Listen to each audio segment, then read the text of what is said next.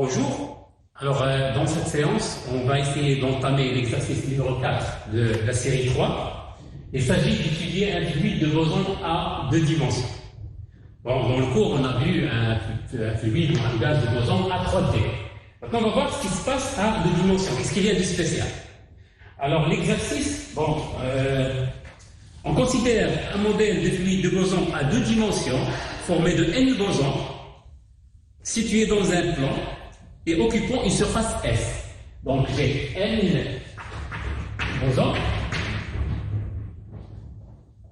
Donc c'est un plan, c'est plus un volume, et bien sûr ça occupe une surface S au lieu d'un volume V.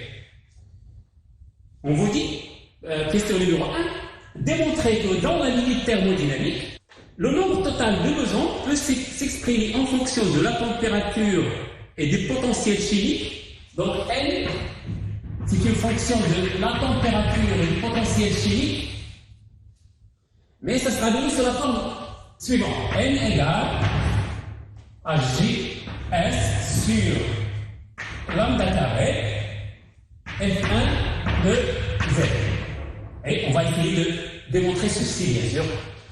Alors, j'essaie un peu de démontrer les paramètres qui sont là avec Z égale exponentielle bêta nu. Bêta c'est juste 1 sur KBT, donc ça c'est connu, mais le potentiel chimique. Donc Z est lié au potentiel chimique à la température, donc c'est bien compatible avec ça. Quoi encore? On vous donne le lambda égal à H sur racine de I n KBT. Et ce n'est autre que la longueur d'onde de De Broglie, et c'est la même que celle à 3 dimensions. H c'est la constante de Planck, KB la constante de Boltzmann, et M c'est la masse d'un atome de ces bosons-là, des particules de ces bosons. Bien, maintenant, le F1 c'est quoi? En général, on donne, c'est une fonction, c'est une famille de fonctions, bien avec plusieurs indices ici, des indices variables. Donc en général, cette fonction s'appelle la fonction. Donc les fonctions mathématiques connues, c'est une famille de fonctions qui s'appelle les fonctions polylogarithmiques. Polylogarithmiques. Alors sont définis ainsi. F avec un indice S en général. De Z.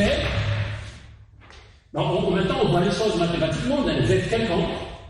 Donc ça sera 1 sur la fonction gamma de S, fonction gamma de R, 0 à l'infini, intégrale 0 plus l'infini, de x à la puissance S moins 1 sur Z moins 1 exponentielle x et moins 1 dx.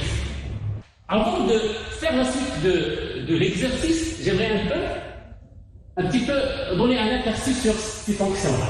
Premièrement, la fonction gamma. C'est quelque chose que je vais rappeler.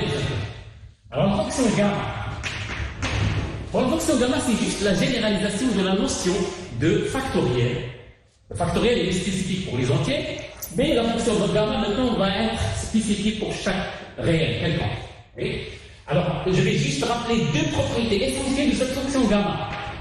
Alors, la fonction gamma, il a une propriété suivante. Il a la propriété d'avoir pour chaque entier, par exemple, S plus 1, pour chaque réel maintenant, S plus 1, gamma de S plus 1 est égal à juste S gamma de S.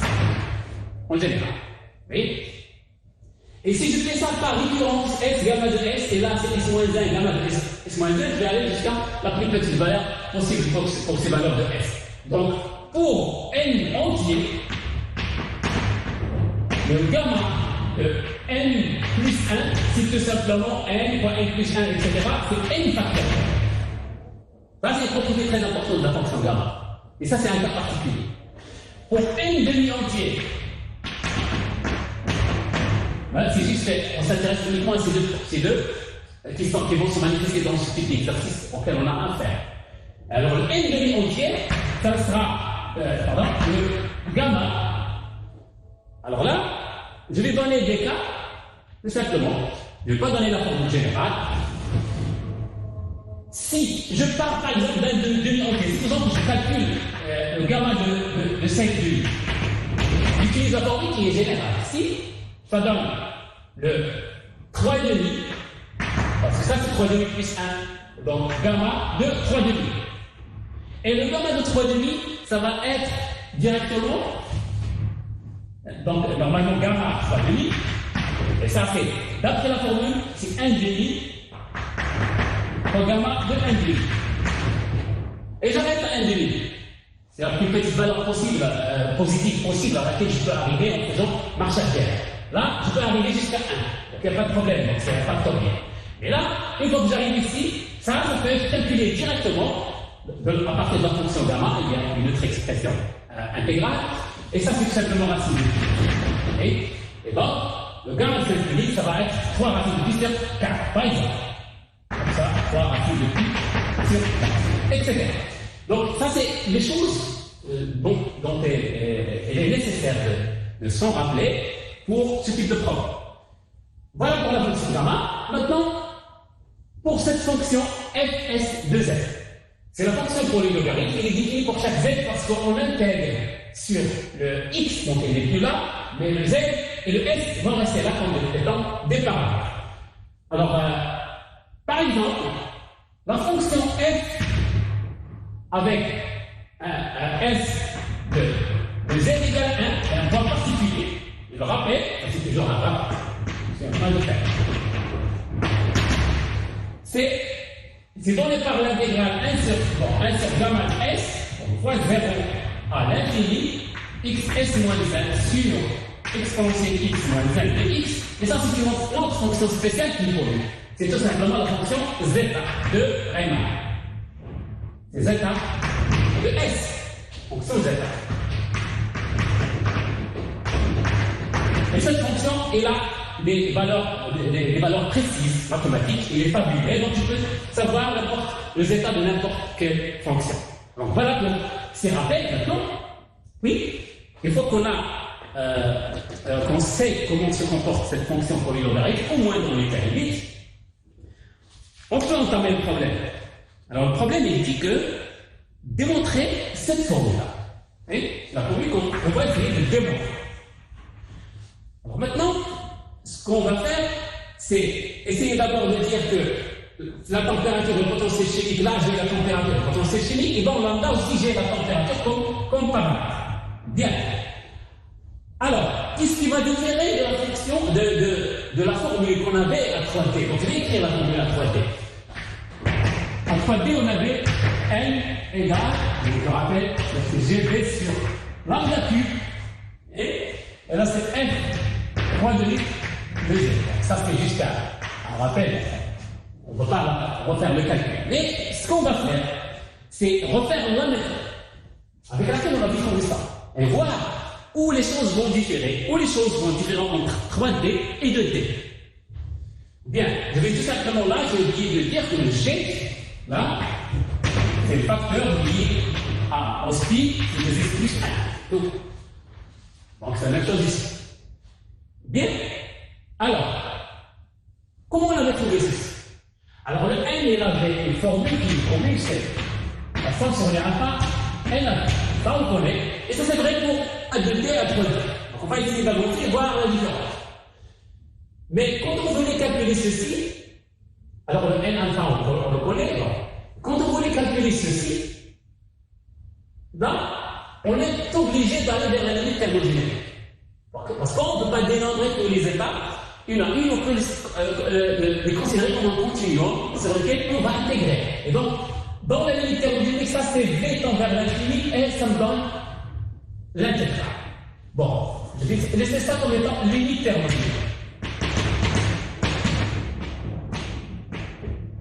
Dans la limite thermodynamique, j'aurai donc ça va être une intégrale.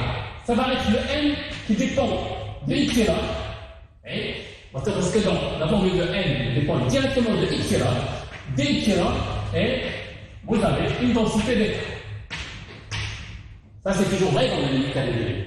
C'est ce qu'on avait fait à 3D. Et là, est-ce que c'est vrai à 2D? Oui, parce que N, elle dépend du epsilon et elle ne dépend pas de la dimension. Cette formule-là, formule de facteur de des facteurs de Bose, dans ce cas-là, ne dépend pas de la dimension. Toujours, voilà.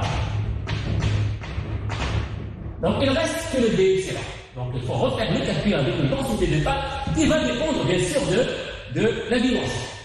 C'est ce qu'on va essayer de faire ici. Donc on va refaire le calcul des densités A de D. Donc si on arrive à trouver, on peut résoudre le problème. Maintenant, comment on avait trouvé la densité d'état?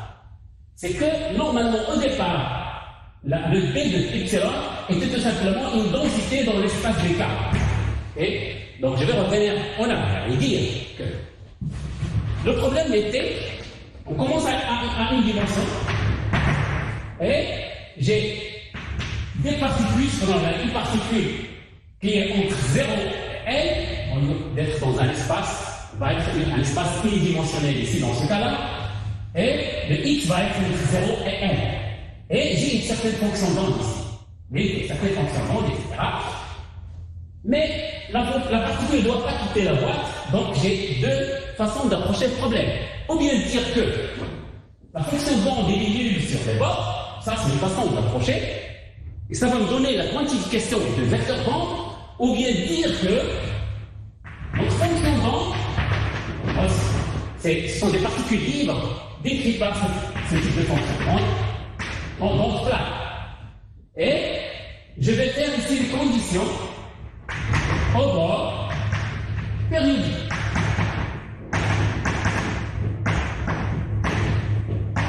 J'aurai exponentielle IK au 0. C'est-à-dire, la fonction d'onde là, c'est la même chose. Mais là, comme si on suppose que, au lieu de dire que la particule est contrainte ici, on va dire si sort de ce côté, elle va rentrer de l'autre côté. Et donc la fonction d'onde là et là doit coïncider. D'accord? Ça, c'est égal à exponentielle IK L.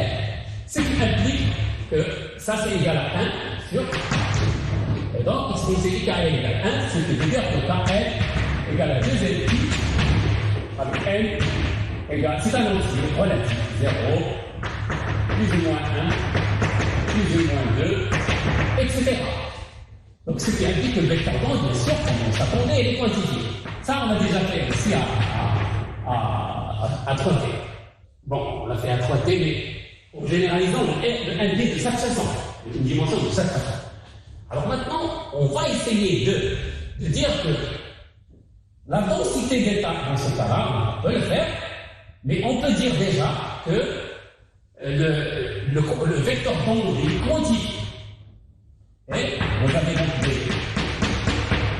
des valeurs discrètes, vecteurs d'onde, et là, je peux dire que j'ai un delta K entre deux niveaux, entre deux valeurs discrètes de K, ça va être tout simplement du pi sur K. Voilà. Et je peux dire que j'ai une densité d'état. G de K. Alors, si je suppose que G de K dk, donc G de K va être la densité d'état ou dimension.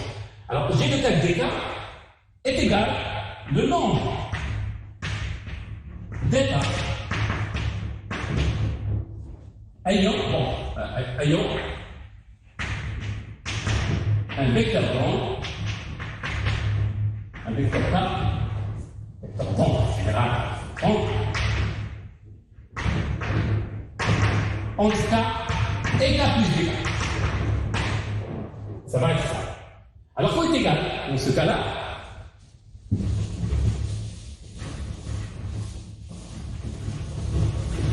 donc une résolution un peu sur l'espace de temps, on va dire j'ai un dk, en fait, il y a un k ici. Il y a un k plus dk. Et voilà mon dk. Ça c'est dk. Donc ça, c'est dk. Alors dans ce ce déca-là, à une résolution, je vais trouver encore dans une résolution encore plus petite, plusieurs valeurs, plusieurs états. C'est leur nombre, c'est ce nombre-là. Alors, à côté égal, mais je trouve ici le delta K ici. Il est très petit. Hein? Parce qu'elle tend vers l'infini, et donc ça va être vraiment très très petit. Et ce nombre G de K, dk, il va tout simplement un dk divisé par delta K. Okay? Donc égal, alors delta K c'est dpi sur L, donc c'est L sur dpi au dk. Voilà, donc je trouve là la densité d'état à une dimension. Maintenant si je fais, là je vais généraliser. A de D. A de D, donc j'ai en fait quelque chose comme ça. J'ai un cas X, j'ai un cas Y, ils sont tous les deux quantifiés. Oui, tous les deux quantifiés.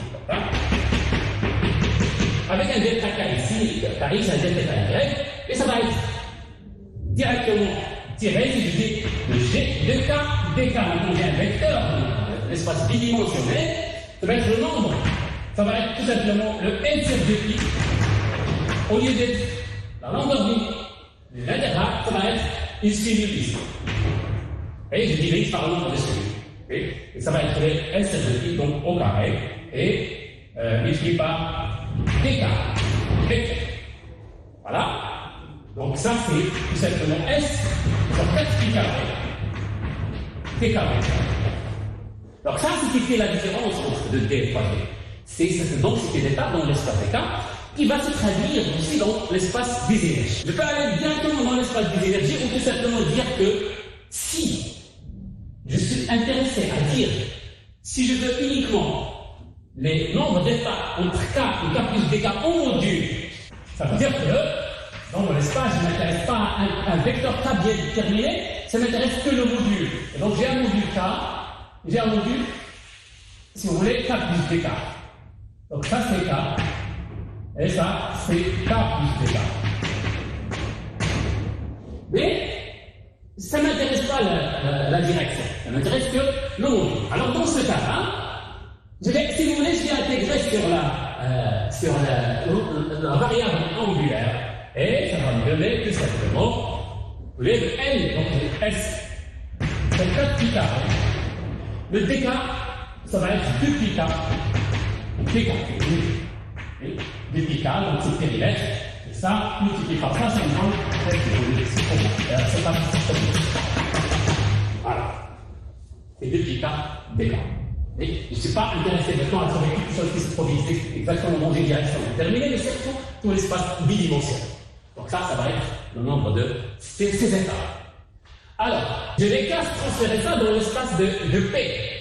Si je pense P égale H par K, alors dans l'espace P, je dirais, c'est le même nombre. Simplement, il suffit de transférer la variable K en variable P. Depuis, alors là, j'ai donc H par K, donc c'est P dP sur H par au carré. Donc c'est la même chose, donc un constant près. Donc ça donne S. Alors le H bar, donc ça c'est S sur X qui reste là. Le H bar c'est H carré. C'est H sur 2pi, donc j'ai 2pi au carré. Et là j'ai P dP. Donc P est égal à, donc il reste un 2pi S moins 2pi sur H carré P dP. Voilà.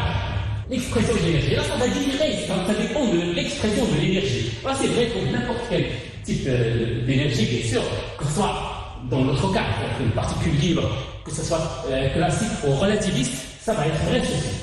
Mais je suis intéressé, par exemple, au cas classique, où j'ai epsilon égale p carré sur 2z, ce qui indique que deuxième epsilon égale à p carré, j'ai besoin de P dP.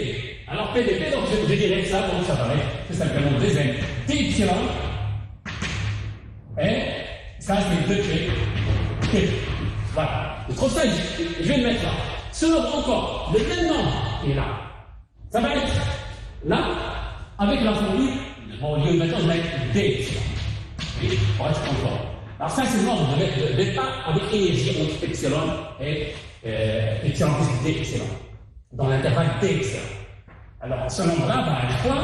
C'est toujours ça, depuis je l'écris, à condition de lier epsilon et p avec cette formule-là, ceci va être quoi? S sur S, 2pi sur h carré, PDP, qui va être n d'epsilon. Si on tient compte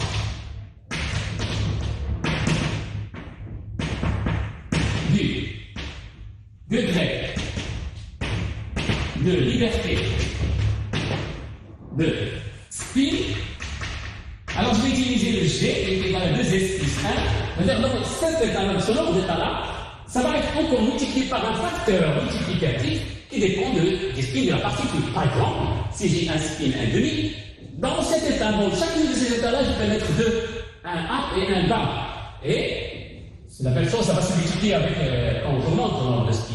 Donc la vraie formule, la densité d'état, le nombre d'états dans l'intervalle 0 epsilon et epsilon plus b epsilon, ça serait GS fois 2pi sur h carré n d epsilon. Ça c'est très important. Ça va être notre conséquence finale. Et là, je peux attaquer le problème. Je reviens donc à la formule n égale la somme. Bon, on a déjà écrit ça. Donc c'est déjà directement l'intégrale. L'intégrale d'epsilon. Donc d'epsilon n d'epsilon. D'epsilon, n d'epsilon, c'est le facteur de Bose. Alors le n d'epsilon est égal, c'est 1 sur exponentielle bêta epsilon moins 1. Donc n va devenir égal, c'est égal à l'intégrale de d epsilon n d'epsilon. Donc ça va être le gs de pi sur h carré, gs fois 2pi sur h carré n, il fait tout sortir. Alors, il reste l'intégrale de 0 à l'infini pour les énergies, et ça va être ceci. Donc, 1 sur exponentielle bêta, epsilon moins 1, donc epsilon. Donc, ça va être gs de pi sur h carré, l'intégrale 0 à l'infini. Alors, l'exponentielle moi qui t'a mis sur z moins 1. Et là, c'est l'exponentielle bêta epsilon moins 1, epsilon.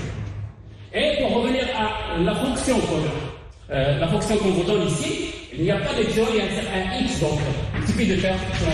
Mais l'epsilon, il y a x comme changement de variable. Et j'aurai donc gs de pi sur h carré, pardon, il y a n.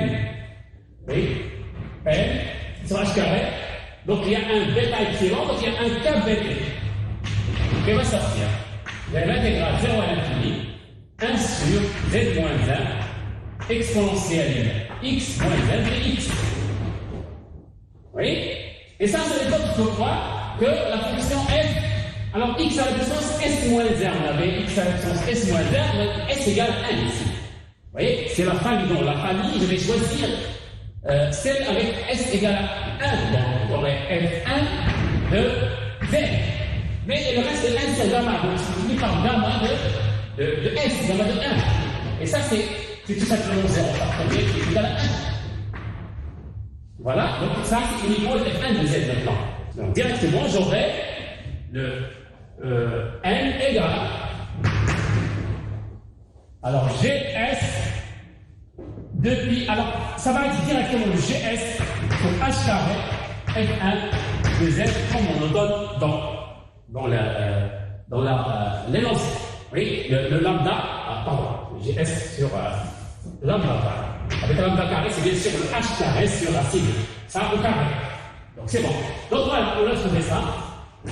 Donc cette équation. Donc c'est ce qu'il fallait démontrer. Alors, deuxième question. De faire une représentation graphique. Discuter dans une représentation graphique cette équation. Alors pour faire ça, qu'est-ce qu'on va faire? On va essayer d'essayer de représenter cette fonction-là. C'est très important. C'est ce qu'on avait fait aussi à la table.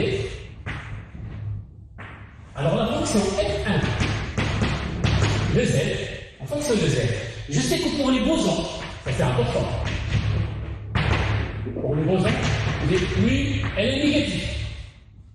Et donc z, elle est contraire entre 0 et 1. Elle est entre 0 et 1. Donc c'est 0, 0 et 1. Autrement dit, si je prends l'axe des mu, là c'est l'axe z, là j'aurai un 0, et là c'est moins l'infini. Et donc pour 0, ça me correspond. Donc, mais je suis en train de travailler là. Je ne vais pas donc quitter cette zone-là. Donc je vais voir ce qui se passe là. Alors en 0, comme vous voyez, donc lui c'est moins l'infini, z est maintenant vers 0, donc ça va être quelque chose. Donc 1 c'est 0 c'est l'infini, et ça tend vers 0. C'est divise là. Bon, c'est sûr que ça va être là. C'est en 0 là. Et puis, je vais voir ce qui se passe là. Alors là, il y a la différence entre 2D et 3D. Je rappelle 3D d'abord. Alors 3D, je fais la comparaison avec 3D. Alors 3D, on avait la fonction f fois de nu. Vous vous rappelez bien, donc c'est f fois de nu. Et sur l'axe z, 0 et 1. Donc, on avait le problème suivant. On avait la fonction qui commence à 0. Là, bon, et ce qui crée une certaine valeur. Alors cette valeur-là, c'est f fois demi de 1, z égale 1. Et on a dit que cette valeur, c'est tout simplement zeta de 3 demi. C'est égal à 2,6, 1, 2, etc. Donc il y a un problème, pourquoi? Parce que si vous prenez n particules, vous essayez d'ajuster avec quelque chose qui est borné, mais n peut être n'importe quoi. Donc il peut dépasser cette valeur-là et il y aura un problème. Donc on ne pourra pas mettre toutes les particules dans ces niveaux qui sont là. Donc qu'est-ce qui se passe? Donc il y aura l'excédent de particules vont partir dans l'état égal à 0, avec un potentiel chimique nul ici. Et donc, on aura la condensation de Bohr. Donc, c'est en même temps de faire la dernière question. Et dans ce cas-là, il se trouve que F1 de Z, c'est zeta 1. Bon, j'aurai un zeta de 1, celle-là est tend vers l'infini. Zeta de 1 est tend vers l'infini, c'est une fonction qui est divergente. Là, c'est un cas particulier, vous pouvez le vérifier. Donc, autrement dit, il n'y aura pas d'intersection, donc ça va aller vers l'infini. Et donc, pour n'importe quel n nombre de particules, je peux trouver le potentiel chimique qui me correspond, parce que là, c'est notre objectif, c'est de trouver le potentiel chimique qui se trouve ici. Alors, on peut toujours trouver le Z et trouver le potentiel chimique qui correspond, à chaque fois. À chaque fois, on peut le faire sans aucun problème. Et, bien sûr, ça va aller de plus en plus vers un potentiel chimique qui sera nul. De plus en plus. Oui, et on n'aura pas, on a toujours une solution. Donc, troisièmement, donc on déduit, en conclusion, que aucune condensation de Bose n'est possible à deux dimensions. Voilà, donc j'ai commencé déjà la réponse à partir de ces descriptions-là. Voilà, donc c'est tout pour cette séance. Je vous remercie de votre attention.